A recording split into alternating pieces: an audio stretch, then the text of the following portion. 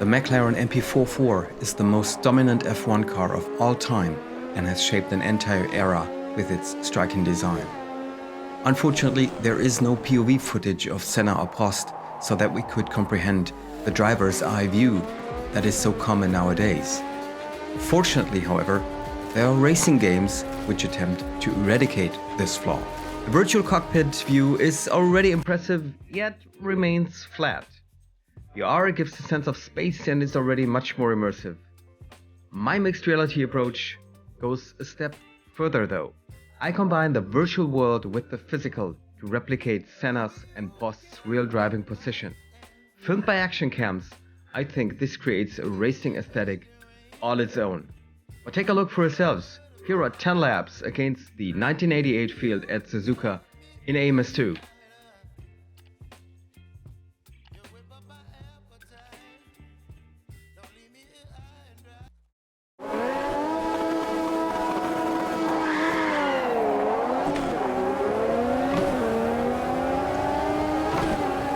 Starting in P1, I immediately lost a couple of places. Going in T1 in 5th, even behind the Real, which, well, shouldn't be there, to be honest. Through the S's for the first time.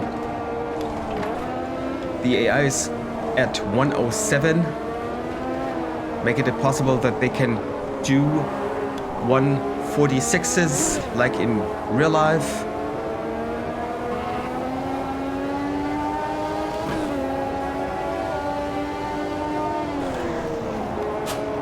Okay, attack on the real already. And taking my chance, making it stick, going through into P4. First time into the hairpin now. Braking hard, 4th, 2nd, rolling through there. Tire management is also key here. A couple of lockups and the tires are gone. Not moving straight anymore, hardly possible to brake. It's a fantastic tire model, yet not very forgiving. And through the spoons, where I am significantly faster than the AI. 6th gear, coming close to 300, almost touching it through 130R for the first time.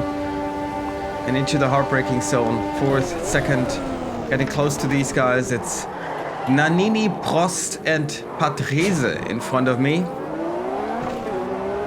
The Williamses actually were not that fast in the 1988 season. They already had switched to naturally aspired engines, making them inferior. Oh, here I missed a gear. Couldn't get 4th in, down to 3rd, resulting in a bit of oversteer, losing a couple of tenths.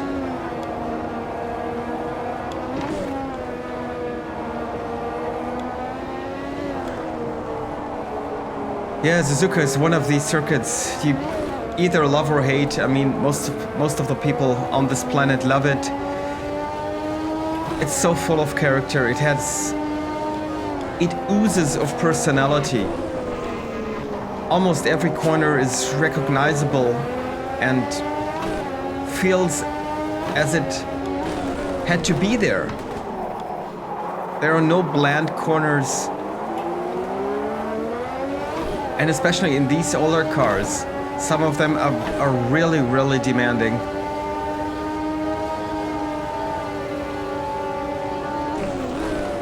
Like here, the spoons, 4th, and go a bit too wide, but not crucial. And look at that, it's much better exit out of the 2nd spoon. Prost even, had to lift, I think, making it possible for me to do an easy pass in P3. Got him. A bit of defensive braking. Oh! Nevertheless, getting so close to Patrese in front of me.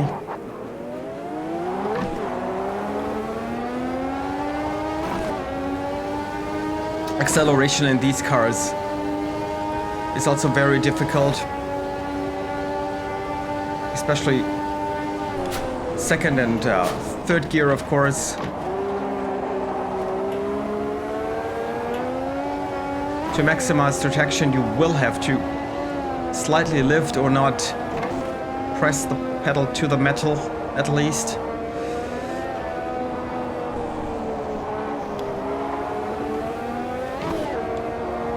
Okay, now getting out of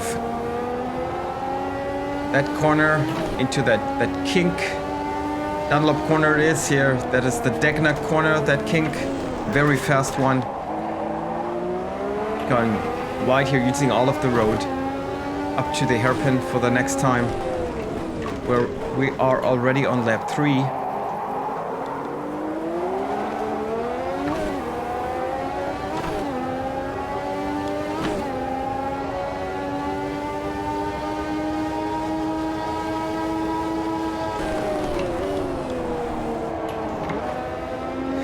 In time trial under ideal conditions, I was even able to beat Ayrton's time. His pole time was a 1:41.8. I did a mid 1:40, I think, with this brilliant setup here.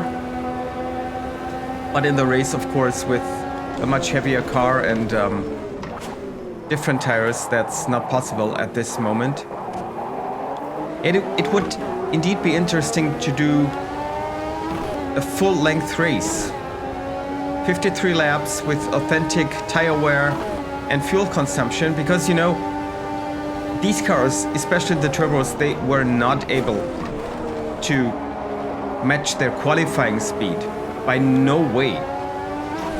Unlike today's Formula One, where it seems possible sometimes in the later stages of the race, this wasn't possible. Because of different tires, because of even a bit more downforcey setup, and also because of the fuel management they had to do all of the time to make it to the end.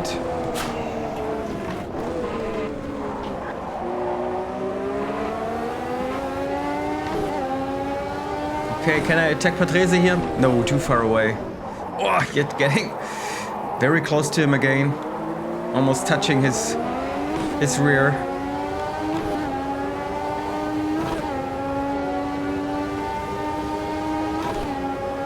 This long right-hander is of course full. I lengthened the 5th gear a bit not to run into the limiter, accelerating up there.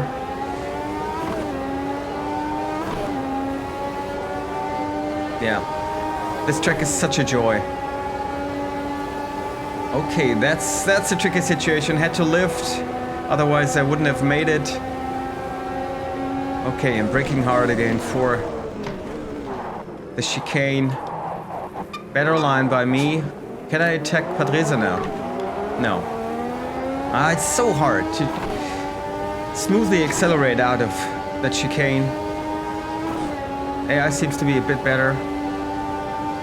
And now first braking, late shifting, using 3rd for the first S corner, up to 4th, staying in 4th, tight line. Can use most of the curbs here, flat curbs it is, in this version, in AMS2. And now this is where I shine, where I am much better than the AI, accelerating out here through Dunlop. Yeah, getting so close to Patrese. Damage is on, full. So let's be careful. But maybe now.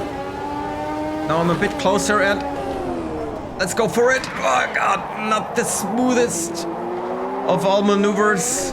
I think we also touched, but no damage luckily. It was only tire against tire. And I made it.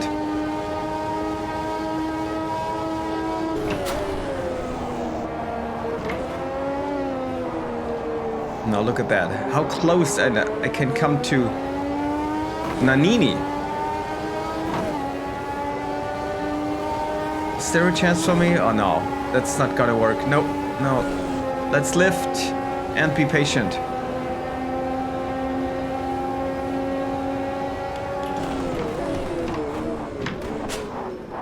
Yeah, that for the first time was at least decent.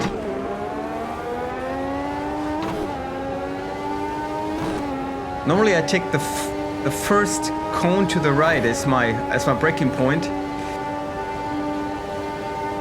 But as it's a bit bumpy into there, and depending on how hard I hit the pedal, I sometimes end up too slow too soon.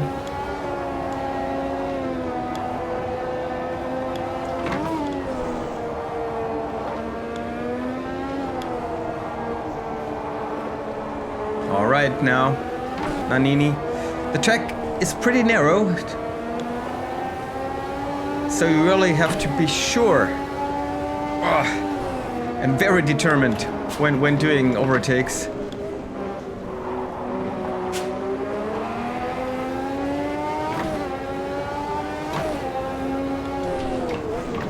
In case you're wondering where the Ferraris, yeah, that's what I was wondering about too. They don't seem to be very quick here. Maybe it's the car model track combo, but they are pretty far behind. In 11th and 14th or 16th on the grid, Berger and Alboreto. Oh yeah, here I can go. Too late, moved out too late, almost touched Nannini. Second time in the draft. No, that's not gonna work. Okay, now I'm too far away to dive bomb there. Next to him, no. Actually not. Let's be patient. Let's bide our time.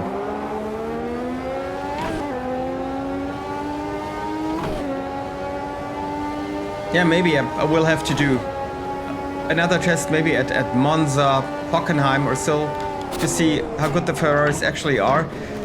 It's of course a custom AI. I think it's the one that was created and delivered by Jusk, who's one of the best, if not the best. So normally you can rely on him. It's a bit strange here, at least with the Ferraris. They in fact were the second big force in that 1988 season. I mean, there was McLaren, then there was nothing, and then there was the rest, and the leaders of the rest were the Ferraris actually.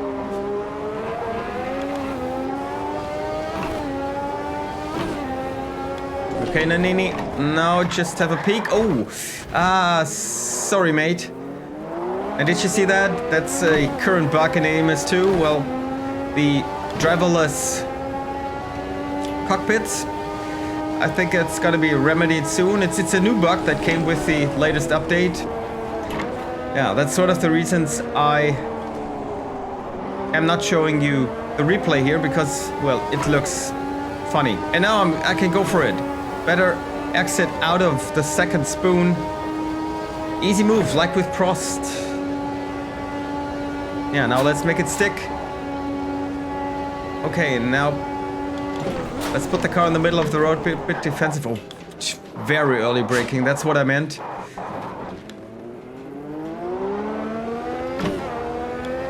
And he's right behind me. Don't give him a chance. It's also a turbo car, so it's almost the same acceleration as me, and he's got the draft. Yeah, they're better through that corner, through the first turn. Oh, he's taking a look on the inside. No. No. Only 3 more laps to go.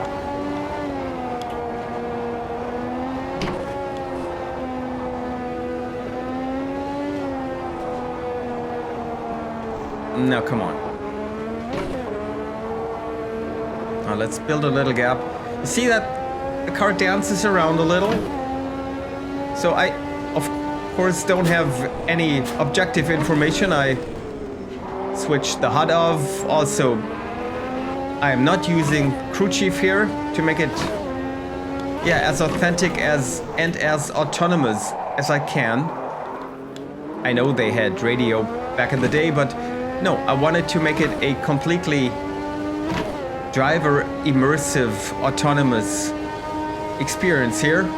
So I have to feel the car, the tires, and make my own decisions. And they're actually on lap 8. The tires slowly have begun to lose some grip. It's a 10-lap race, and I put tire wear on accelerated here.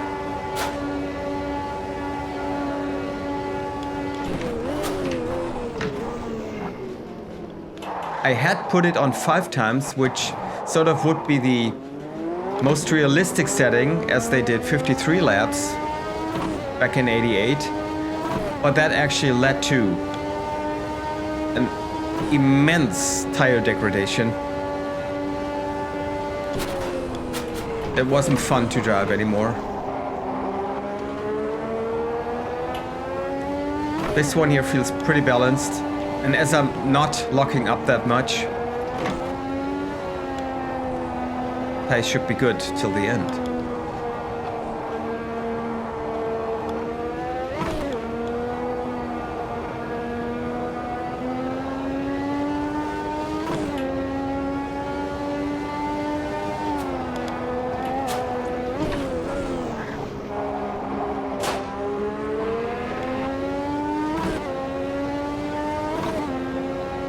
So now, a lap later, I'm clear of Nannini, not directly behind me anymore, not in a position to attack me. That's good. In the real race, Ayrton also had pole, but messed up the start. I think he stalled his engine, or almost stalled it. It didn't get off the line well and was 14th in the first corner, but it only took him 2 or 3 laps to come back in 4th, and I think after 20 laps or so, he had also overtaken his teammate Prost, who had been leading the race, and from that on he didn't look behind and won that race, which also guaranteed him his first championship title.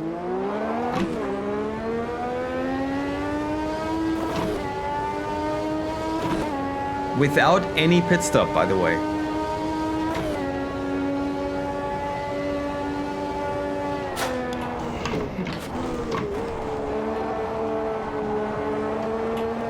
Yep. Turn 1 is tricky. Downshifting too early can lead to almost a lock-up in the rears, and yeah, spins you out. Yeah, look at that, yeah. Waning grip, but that's okay. At least as long as it is progressive and not snappy coming out of a sudden. For me, that's controllable. Well, the actual footage that you're seeing on the big screen here is recorded by my GoPro that sits in my mouth. Actually, you can see it in the little picture, the over-the-shoulder cam. So that's the reason why I had to do this commentary dubbing.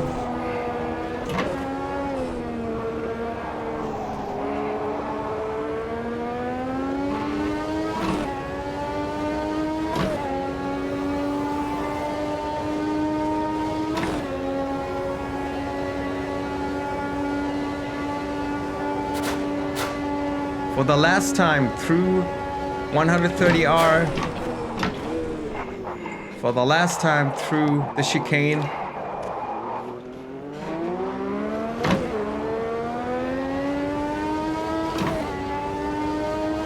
And that actually is a win.